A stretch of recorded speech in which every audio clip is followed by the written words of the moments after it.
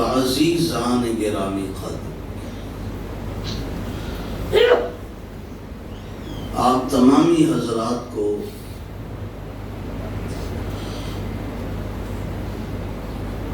یہ مبارک مہینہ جو آنے والا ہے اس کی بہت بہت مبارکباد ہو۔ اللہ کرے صحت کے ساتھ جان کی سلامتی اور ایمان کی سلامتی کے ساتھ اللہ ہمیں بہت جلد ماہ رمضان میں داخل فرمائے۔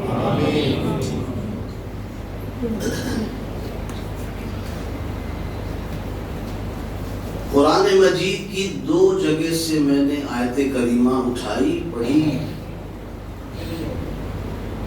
اور تھوڑی سی گفتگو ہم استقبال ماہ رمضان کے تعلق سے گفتگو کریں گے۔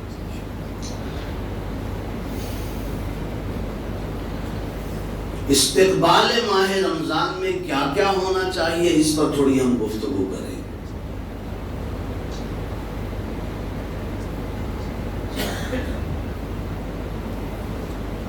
ہماری جو تیاری رمضان کی آمد کے تعلق سے ہوتی ہے وہ یہی ہوتی ہے کہ مہینے بھر ہمیں افطار میں کیا لگیں گے، سحری میں کیا لگیں گے۔ عورتیں گھر کے راشن وغیرہ سب بھرا لیتی ہیں،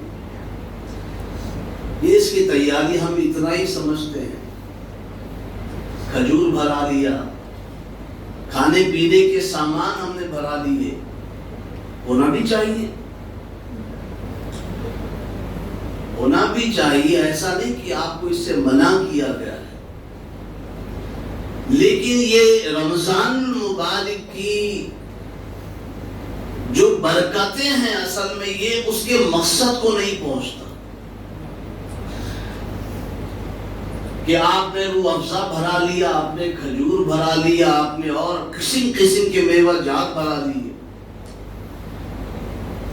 اس کی تیاری کچھ اور کہتی ہے، اسی تیاری کی وجہ سے اللہ نے فرمایا لعلکم تتقون، تاکہ تم پرہیزگار ہو جاؤ۔ تو یہ تو نہیں ہے کہ آپ نے راشن بھرا لیا تو آپ پرہیزگار ہو جاؤ، آپ نے گھر کے سامان بھرا لیا افطاری سحری کہ آپ پرہیزگار ہو جاؤ۔ کچھ اور بات ہے جس کا ہم سے مطالبہ کیا گیا ہے کہ تمہیں پرہیزگار بننا ہے تو یہ کرو۔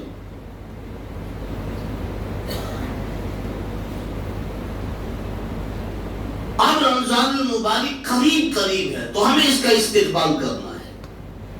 تیاریوں میں رمضان المبارک کی روحانی تیاریوں میں یہ جو ہم کر رہے ہیں نا یہ ہماری جسمانی تیاری ہے کہ ہم نے گھر کا غلہ بھرا لیا، اناج بھرا لیا، یہ جسمانی تیاری ہے۔ ہمیں روحانی تیاریوں میں سب سے پہلا کیا کرنا ہے؟ ہمیں استقبال ماہ رمضان میں سب سے پہلا کیا کرنا ہے؟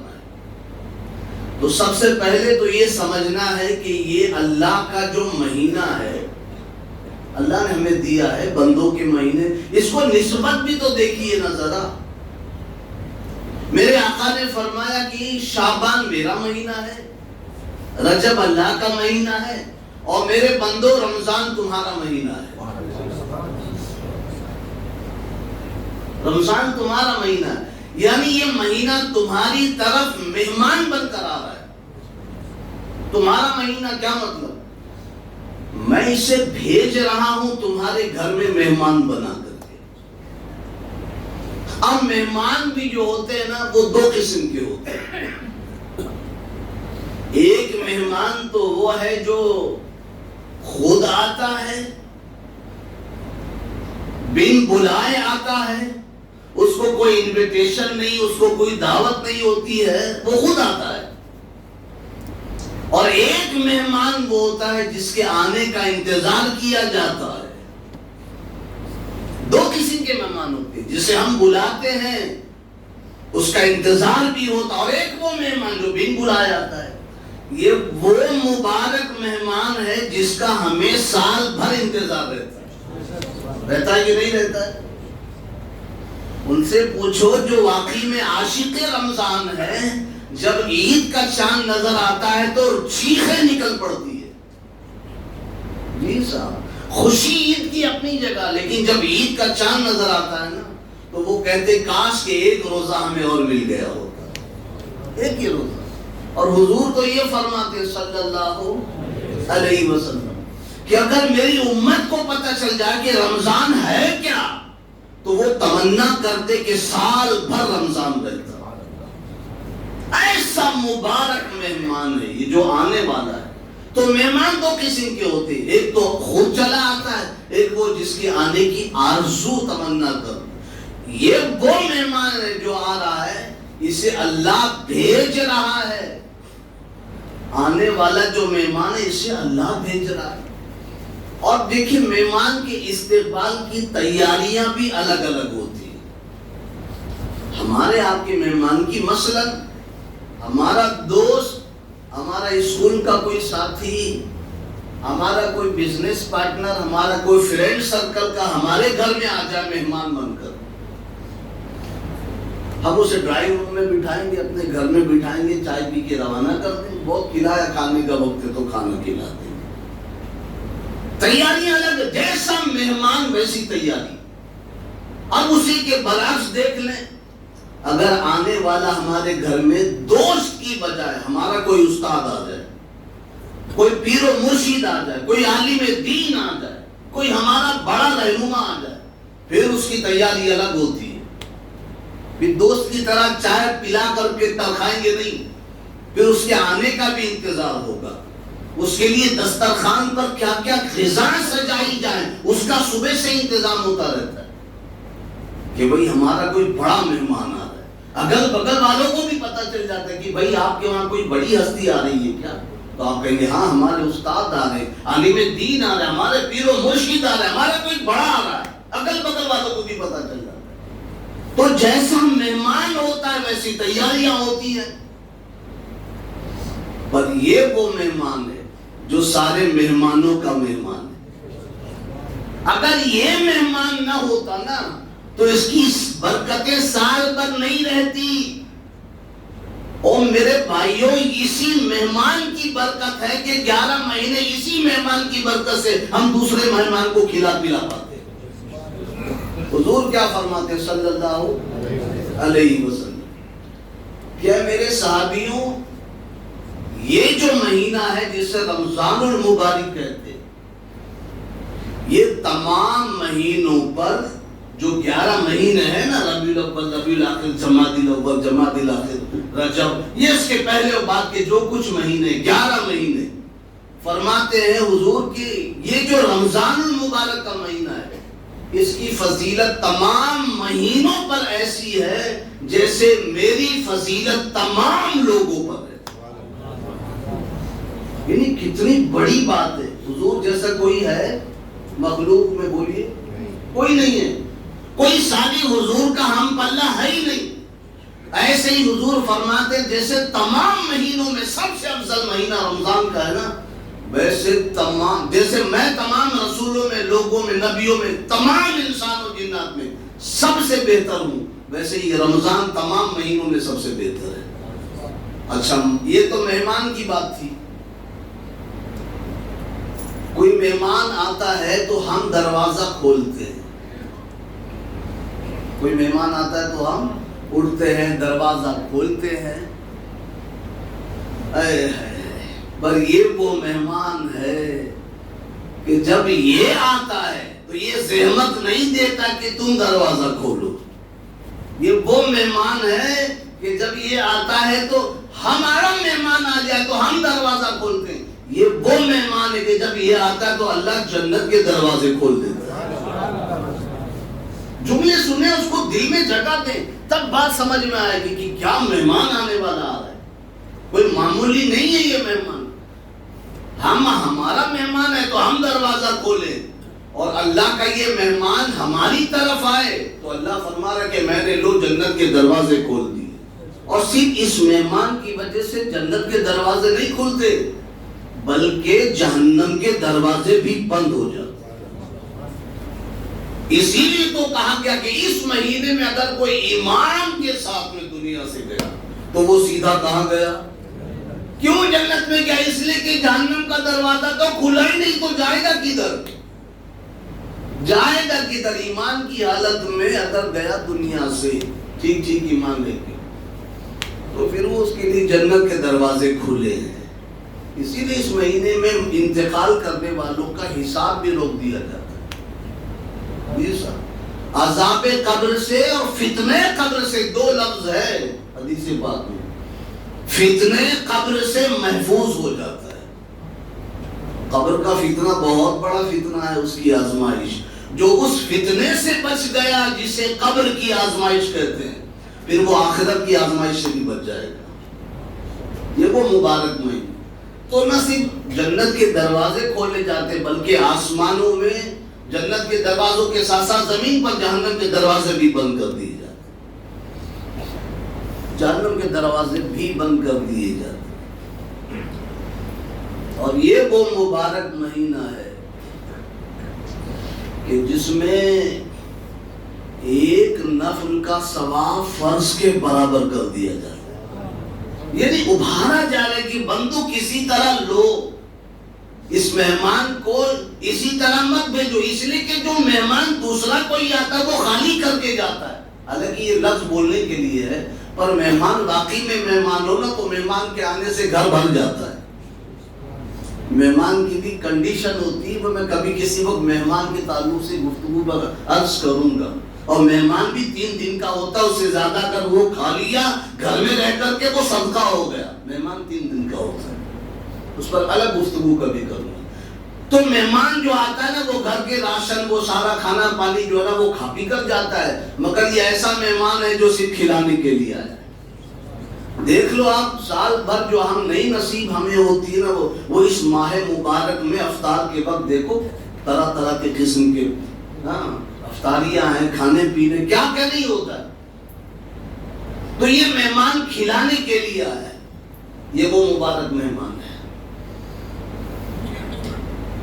تو اس کا استقبال اس طرح کرو بابا کہ روحانی طور سے کس طرح ہماری کوشش ہو۔ جسمانی کوشش تو ہم نے کی، سب بھرا کے رکھ دیا، روحانی کوشش کے ساتھ یہ بھی ہو کہ اگر ہم نے اپنے گھر کا غلہ رمضان کے لیے بھرایا ہے تو کسی غریب کے گھر میں بھی سحری و افطاری کا انتظام ہو۔ یہ اس کی روحانی تیاریوں میں سے کسی غریب کے گھر میں بھی غلہ اناج ہو جائے۔ یہ بات آپ کو حضور نے بتائی ہے نا کہ تسحروا فإن السحور برکۃ، کہ لوگوں سحری کرو اس میں خوب برکت ہے، فرمایا نا۔ اب اس کی حکمت میں سمجھا رہا ہوں آپ کو۔ پہلے تو یہ آپ کو یہ گزارش کروں گا کہ آپ سحری کیا کرو، گرچہ کھجوری کھاؤ لیکن سر اس لیے کہ ہمارے اور اہل کتاب کے درمیان روزے کا جو فرق ہے نا وہ سحری کا ہے۔ یہود و نصارہ کے وہاں روزہ تھا مگر سحری نہیں تھی۔ یہ تو اللہ کا کرم ہے اس امت پر کہ سحری رکھی گئی ہے۔ تو ہم کو یہودیوں کے نقش قدم پر نہیں چلنا ہے، مصطفیٰ کے نقش قدم پر چلنا ہے۔ تو فرمایا ہمارے اور اہل کتاب کے درمیان فرق کس کا ہے؟ سحری کا ہے۔ تو سحری کیا کرو اٹھ کر کے۔ فَإِنَّ السُّحُورَ بَرَكَةً، کیوں سحری کرو؟ اس لیے کہ سحری میں صرف برکت نہیں ہے، فرمایا بہت ساری برکت ہے۔ اب آپ کہیں گے بہت ساری کا ترجمہ آپ نے کہاں سے کر دیا؟ تو دیکھو جو لکھا ہے نا فَإِنَّ السُّحُورَ بَرَكَةً، یہ 2 زبر جو آتا ہے نا عربی میں جس لفظ پہ، وہ معنی کثرت کا دیتا ہے، زیادتی کا دیتا ہے۔ صرف بر یا برکت ہوتا نا تو میں کہتا چلو تھوڑی بہت برکت ہے۔ جب برکتن آ گیا، 2 زبر 2 زیر 2 پیش، تو اس کے معنی ہو گئے بہت ساری برکت ہے۔ فَإِنَّ السُّحُورَ بَرَكَةً، تو جب آقا نے اپنی زبان سے کہہ دیا ہو کہ بہت ساری برکت ہے، کس میں؟ سحری کرنے میں۔ یہ بات سمجھ گئے؟ تو میرے بھائی جب سحری کرنے میں اتنی برکت ہے تو اگر کسی کو سحری کرا دیا تو کتنی برکت ہوگی؟ سحری کرنے میں حضور فرماتے برکت ہے نا، تو جس نے سحری کرنے کے ساتھ سحری کرا دیا کسی کو پھر کتنی برکت ہوگی؟ روزہ افطار کے وقت کیا کہا گیا ہے کہ دعا مانگا کرو اللہ قبول فرماتا ہے، یہی نا؟ اب اس کی حکمت سمجھا رہا ہوں، جیسے سحری کو میں نے سمجھایا۔ کیا فرمایا حضور نے کہ افطار کے وقت افطار کے وقت دعا مانگا کرو اللہ سے کہ اللہ اسے قبول فرماتا ہے، کوئی شک نہیں اس میں۔ تو کبھی آپ نے سوچا ہے کہ میں اپنی حلال کمائی سے خود افطار اپنے لیے کر رہا ہوں، اپنے پیٹ میں ڈال رہا ہوں، تو اللہ کے رسول نے یہ وعدہ لیا ہے کہ دعا قبول ہوتی ہے افطار کرنے والے کے لیے۔ تو جو کوئی افطار کرائے گا تو اللہ کتنی دعا قبول کرے گا؟ کیوں؟ اس لیے کہ جب وہ غریب بھوکے پیاسے رہ کر کے افطار کرے گا آپ کے حلال کمائی سے دی ہوئے مال سے، ہاں وہ غریب جب افطار کرے گا نا تو پھر اس کی جو دعا لگے گی عرش الہی تک پہنچے گی، وہ آپ کی بھی نہیں پہنچ سکتی، وہ آپ کی بھی نہیں پہنچ سکتی جتنے دل سے وہ دعا کرے۔ تو افطار میں جب دعا قبول ہوتی، خود ہم افطار کر رہے ہیں تو اگر افطار کرائیں گے تو کتنی قبول ہوگی؟ تو یہ تیاریوں میں سے یہ بھی رکھیں۔ اور کیا تیاری کریں آپ؟ اور کیا تیاری کریں؟ جیسے ہی چاند رات آ جائے ہم یہ عہد کر لیں کہ ہم پورا آخر تک تراویح پڑھیں گے۔ یہ تیاریوں میں سے ہے، یہ تیاری نہیں کہ ہم 6 دن کے لیے بھاگیں گے اور 10 دن کے لیے بھاگیں گے۔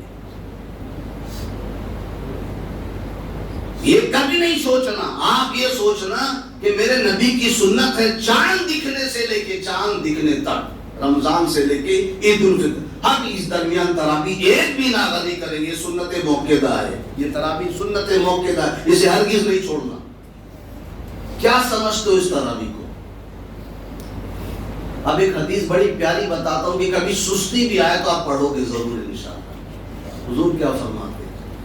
من قام رمضانا ایمانا و احتسابا غفر له ما تقدم من ذنبه۔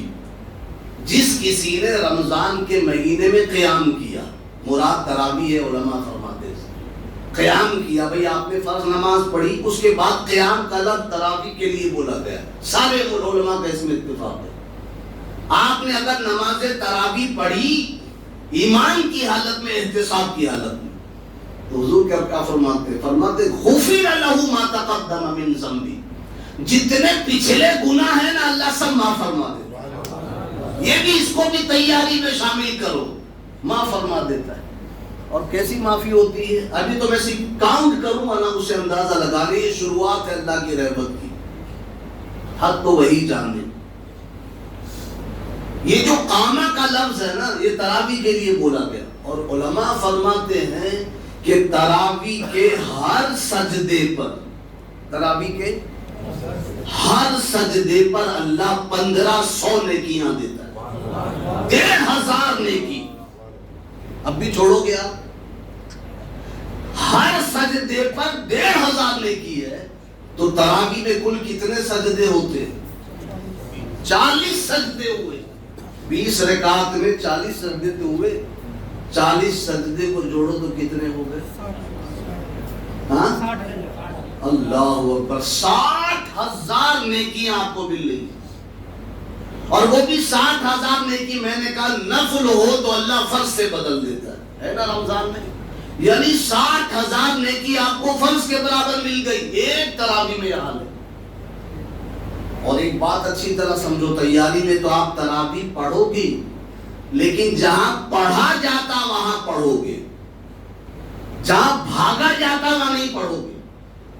جی یہ تو اللہ کا کرم ہے، بے پناہ کرم ہے کہ صرف پڑھنے والوں کے لیے ثواب نہیں رکھا ہے، یہ وہ کتاب ہے کہ جس کا پڑھنا بھی ثواب ہے اور جس کا سننا بھی ثواب ہے۔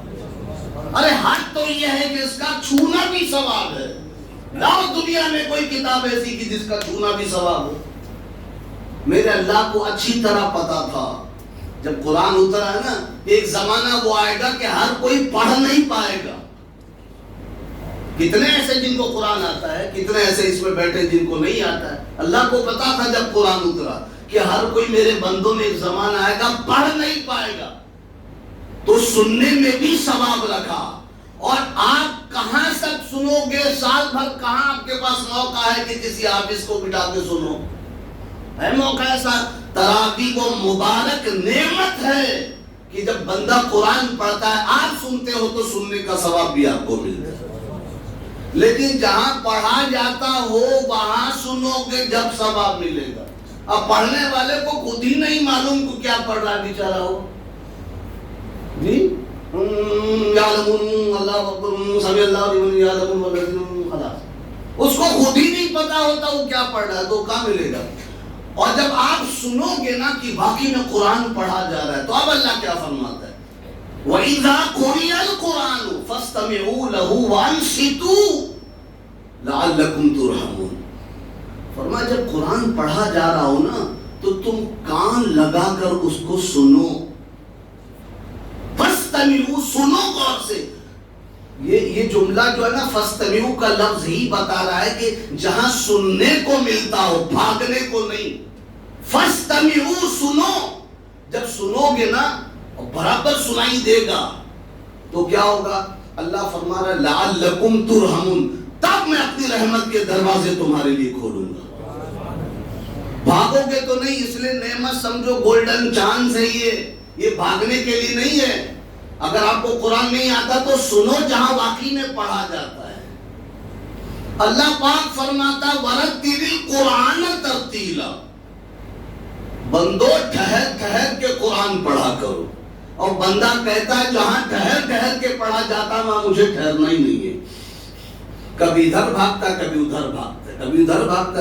یہ قرآن مجید کے سننے کا بہترین موقع ہے تراویح کی شکل، تو جہاں قرآن سنا جاتا ہے، قرآن پڑھا جاتا ہے، وہاں سننے کی کوشش کرو۔ میں نہیں کہتا کہ یہیں آ کر پڑھو، میں نہیں کہتا کہ میرے پاس ہی میں اپنے آپ کو، لیکن اس بار آپ سے میں گزارش کروں گا کہ آپ اس سال میرے پیچھے تراویح پڑھو۔ جی صاحب، ہر سال کبھی جملہ بولا میں نے، لیکن اس سال کہہ رہا ہوں کہ جتنے بھی حاضرین ہیں کوشش کریں میرے پیچھے پڑھنے کی۔ اس کی وجہ یہ کہ الحمدللہ میرے لیے خوشی کا موقع ہے کہ کل تراویح پڑھاتے پڑھاتے مجھے سلور جبلی سال ہو گیا، یہ ہو جائے گا 25واں سال۔ جب میری موچھ بھی برابر نکلی نہیں تھی نا تو اس وقت سے میں نے تراویح پڑھانا شروع کیا تھا۔ یہاں 25 سال نہیں، کل ملا کے محراب جو تراویح کا ہے وہ میرا 25واں محراب ہے، سلور جبلی، بہت اہمیت رکھتا ہے، وہ خوشی کا موقع۔ دیکھتا ہوں میری اس خوشی میں کتنے لوگ شامل ہوتے ہیں، شامل ہوں گے نا؟ 25واں سال ہے، پتہ نہیں زندگی وفا آئندہ سال کرے کہ نہ کرے، میں رہوں نہ رہوں، صحت رہے نہ رہے، کم از کم یہ تو رہے گا کہ جب امام صاحب کا سلور جبلی سال تراویح کا میں آپ کے پیچھے میں نے نماز پڑھی تھی۔ تو زندگی کی پہلی تراویح کی شروعات میں نے حضور خواجہ بندہ نواز گیسو دراز کے آستانے بھی کی، زندگی کی پہلی تراویح پوری مکمل 4 سال وہاں سنایا میں نے، میری مونچھ بھی نہیں تھی اس وقت کی بات کر رہا ہوں۔ جب وہاں پہنچا تو بولے یہ بچہ سنائے گا تراویح، ٹھیک ہے بھائی ٹھیک ہے، کیا مول صاحب کیا حافظ صاحب انہوں بھیجے، ان کو بھیجے، وہاں کی تو زبان، میں نے کہا ٹھیک ہے۔ جب الحمدللہ پہلی تراویح سنایا ہے تب کہا کہ واقعی میں یہ الحمدللہ پڑھا میں، اس وقت عمری تھی 9 عمری تھی، تو پہلا سال پھر دوسرا سال ان کو بلاؤ، پھر تیسرا سال 4 سال مسلسل انہوں نے، ان لوگوں نے بلایا جو کہتے تھے یہ بچہ کیا سنائے گا، 4 سال ان لوگوں نے بلایا مجھے۔ پھر جب 5واں سال لگا تو میں نے پھر داؤنی مسجد ناتھ پاڑا وہاں سنایا، پھر 6واں سال بھی وہیں سنایا، 7واں سال جب وہاں تو یہاں اس مسجد عظمت مصطفیٰ میں آ گئے، پھر 7ویں سال سے لے کے 24 سال ہو گیا، اب یہ 25واں سال ہے۔ اسی طرح سے اب یہاں بھی آ گیا تو یہاں آنے کے بعد داؤنی مسجد والے ناتھ پاڑے والے کہ نہیں آپ اپنے مسجد کے ٹرسٹ سے کہہ دیجئے کہ تراویح یہاں سنائیں گے، آپ بھلے وہاں مغرب پڑھا کے آپ نکل لیجئے۔ میں نے کہا ایسا نہیں ہوتا، امام جہاں ہوتا تراویح وہیں پڑھاتا ہے۔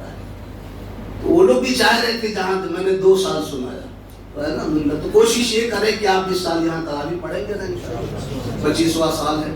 دعا فرمائیں کہ صحت و سلامتی کے ساتھ آپ بھی تراویح پڑھیں اور میں بھی زندگی کی آخری سانس تک قرآن مجید تراویح کے شکل میں سناتا رہوں، ہے نا؟ تو یہ تیاریوں میں یہ بھی شامل کریں کہ ہم اچھے حافظ کے پیچھے قرآن مجید سنیں گے جو واقعی میں خود پڑھنا جانتا بھی ہو، اور کوشش کریں کہ قرآن جو پڑھنا جانتا ہو اس کو قرآن کیا کہہ رہا ہے وہ سمجھ میں آ بھی رہا ہو۔ اس کے لیے ضروری کہ حافظ کے ساتھ تعلیم بھی ہو، اور صرف حافظ ہوگا تو ٹھیک ہے پڑھیں، آپ جہاں بھی پڑھیں، لیکن اگر حافظ کے ساتھ اس کے مفاہیم پہ نظر ہے نا تو اس کے پیچھے پڑھنے کی بات کچھ اور ہوتی ہے، کیونکہ قرآن وہ سمجھ کے پڑھ رہا ہے کہ اللہ کی کتاب ہمیں کیا کہہ رہی ہے نا؟ تو اللہ پاک ہمیں اسی طرح توفیق عطا فرمائے، رمضان مبارک کی تیاری کی توفیق عطا فرمائے، اور خاص طور سے جو ابھی صحت مند نہیں ہے اللہ انہیں کل سے پہلے صحت مند بنا دے تاکہ وہ بھی روزہ رکھ سکے. اللہ قبول فرمائے. السلام علیکم ورحمۃ اللہ.